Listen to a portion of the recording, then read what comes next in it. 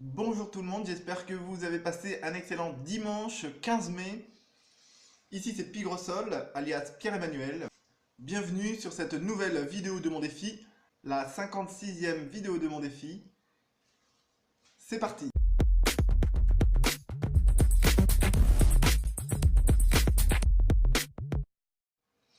Alors aujourd'hui, le bilan de la journée, j'ai travaillé sur le projet avec mon partenaire colombien, sur la mise en place, enfin, la structure de l'application et de la base de données. Je peux malheureusement pas vous partager plus de détails sur le projet pour le moment en tout cas, hein. Et j'ai pris soin de moi aujourd'hui, j'en ai profité pour faire une sieste, c'est agréable. Aujourd'hui, comme thème de la vidéo, des maîtres en puissance. Alors je vais vous lire un court extrait du livre de Don Miguel Ruiz, donc un livre que j'apprécie énormément pour sa manière d'expliquer les choses, d'aborder le sujet de l'amour et des relations. Donc, la maîtrise de l'amour, c'est vraiment très intéressant pour arrêter de considérer l'amour comme une idée, hein. L'amour, c'est une force, comme l'électricité, hein. Quand on pense à l'électricité, on se prend pas avec un coup de jus. Quand on pense à l'amour, ce n'est pas aimer, hein. Aimer, c'est une force que l'on contrôle avec son plexus solaire, hein, bon, ou selon la manière que vous l'expliquez, mais c'est quelque chose qu'on ressent par son corps, quoi. Alors, peut-être n'y avez-vous jamais songé, mais à un niveau ou à un autre, nous sommes tous des maîtres. Nous sommes des maîtres car nous avons le pouvoir de créer nos vies et de les diriger.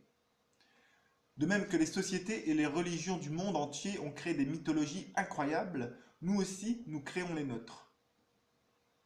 Notre mythologie personnelle est peuplée de héros et de méchants, d'anges et de démons, de rois et de roturiers.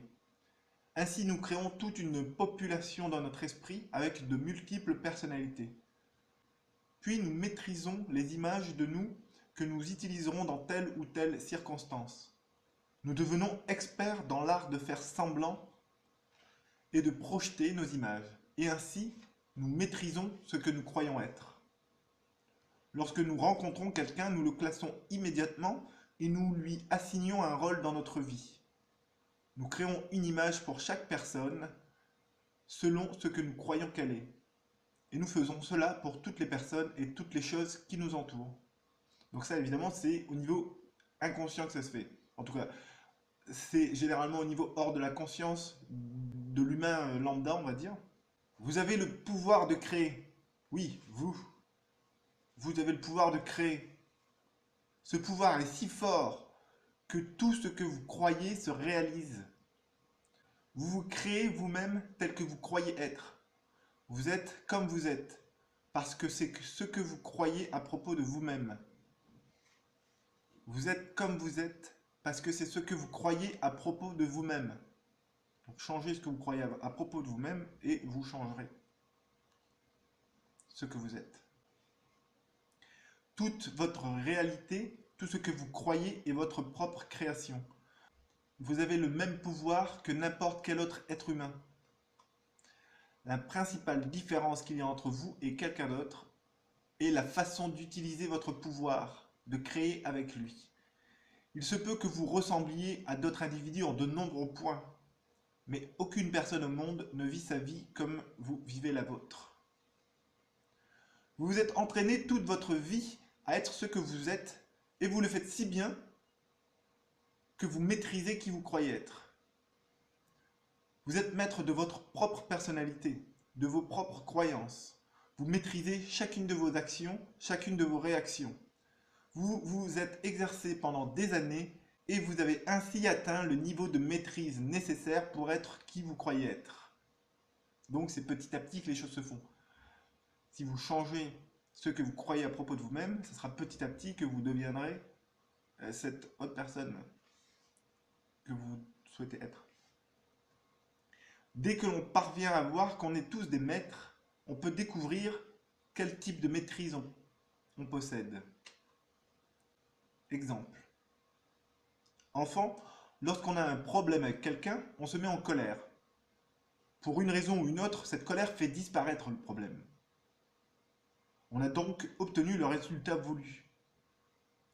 Si la même chose se répète une deuxième fois, on y réagit une nouvelle fois par la colère et désormais, on sait qu'en s'énervant, on parvient à écarter le problème. Puis, on s'entraîne encore et encore jusqu'à devenir un maître de la colère. Je pense que maintenant vous comprenez le principe. Vous connaissez des gens qui s'énervent pour un oui, pour un non, parce que c'est leur manière à eux d'obtenir les choses ou de l'attention, enfin ce qu'elles veulent. Un comportement qui a perduré durant l'enfance, l'adolescence, et qui est devenu finalement un trait de personnalité. De la même façon, nous devenons des maîtres de la jalousie, de la tristesse, du rejet de soi. Tout notre drame et toute notre souffrance sont le fruit de notre entraînement. On conclut un accord avec soi-même, puis on pratique cet accord jusqu'à ce qu'on le maîtrise. La manière dont nous pensons, sentons et agissons est si routinière que nous n'avons plus besoin de faire attention à ce que nous faisons. Ce n'est qu'un processus d'action-réaction qui nous fait agir ainsi. Pour devenir un maître de l'amour, on doit s'exercer à l'amour. L'art des relations est toute une maîtrise qui ne s'atteint que par l'entraînement. La maîtrise des relations passe donc par l'action. Il ne s'agit ni de concept, ni d'atteindre la connaissance. Il s'agit d'action. Bien entendu, il nous faut quelques connaissances pour agir, ou du moins une meilleure conscience de la façon dont fonctionnent les humains. Ça vous intéresse comment fonctionnent les humains? Si ça vous intéresse vraiment, impliquez-vous dans vos recherches. Pourquoi il faut faire soi-même ces recherches? Parce que moi je m'intéresse à certaines choses. On va dire, c'est sur le fonctionnement de l'humain. Le fonctionnement de l'humain m'intéresse. J'ai fait des recherches sur la psychologie, j'ai étudié en autodidacte énormément de sujets concernant le sujet. Et je me suis arrêté à certaines choses et pas à d'autres. Parce que mon besoin de connaissance correspond à une certaine énergie, à une certaine vibration, qui m'est comblée par certaines connaissances et pas par d'autres. Et vous, même si la connaissance du fonctionnement de l'humain vous intéresse, ce n'est pas forcément exactement les mêmes points qui vont attirer votre attention. Du coup, il faut forcément vous impliquer dans vos recherches.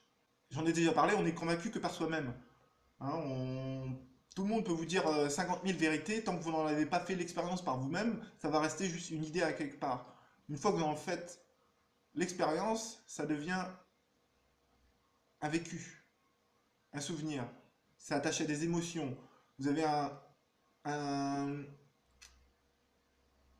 réaction émotionnelle, sensorielle, que vous pouvez vous rappeler. Et donc c'est totalement différent d'un mot que vous avez entendu ou lu d'un livre. La vidéo du jour se termine. J'espère que le thème vous a plu et qu'il vous sera utile aujourd'hui ou à un autre jour.